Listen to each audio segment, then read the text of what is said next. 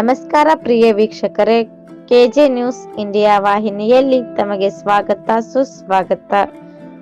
ಕಲಘಟಗಿ ತಾಲೂಕಿನಲ್ಲಿ 12 ಮಟ್ಟದಲ್ಲಿ ನಡೆದಿರುವಂತಹ ಸಭೆ ಅಂದರೆ ಫೆಬ್ರವರಿ 8, 9 ರಾಜನಹಳ್ಳಿ ವಾಲ್ಮೀಕಿ ಜಾತ್ರೆಯು ಪೂರ್ವಭಾವಿ ಸಭೆ ಕಲಘಟಗಿ 12 ಮಟ್ಟದಲ್ಲಿ ನಡೆಯಿತು.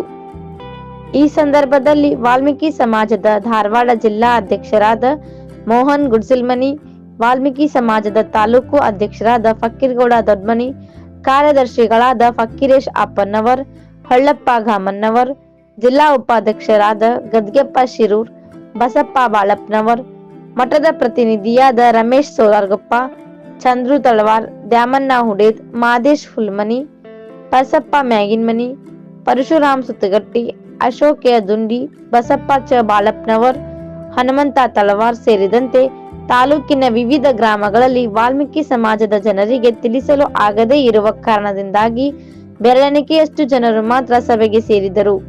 ಹಾಗೆಯೇ ಜಿಲ್ಲಾ ಅಧ್ಯಕ್ಷರಾದ ಮೋಹನ್ ಗುಡ್ಸಿಲ್ಮನಿಯವರು ಸಭೆಯಲ್ಲಿ ತಾಲೂಕಿನ ಸಂಘದ ಬೌಡಿ ಕಮಿಟಿಯ ಬದಲಾವಣೆ ಕುರಿತು ಮಾತನಾಡಿ 8 ದಿನದಲ್ಲಿ ಸಭೆಯನ್ನು ಸೇರಿಸಿ ತಾಲೂಕಿನ ಸಂಘಟನೆಯನ್ನು ಬಲಪಡಿಸೋಣ ಎಂದು ಮಾತನಾಡಿ ಹೇಳಿದರು.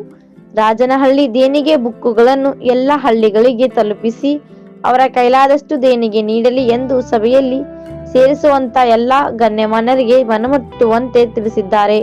ವರದಿ Madesh Hulmani, K J news India ವಾಹಿನಿ, ಕಲಘಟಗಿ. ಈ ಚಾನೆಲ್ ಅನ್ನು ಸಬ್ಸ್ಕ್ರೈಬ್ ಮಾಡಿ ಮತ್ತು ಪಕ್ಕದಲ್ಲಿರುವ ಬೆಲ್ ಬಟನ್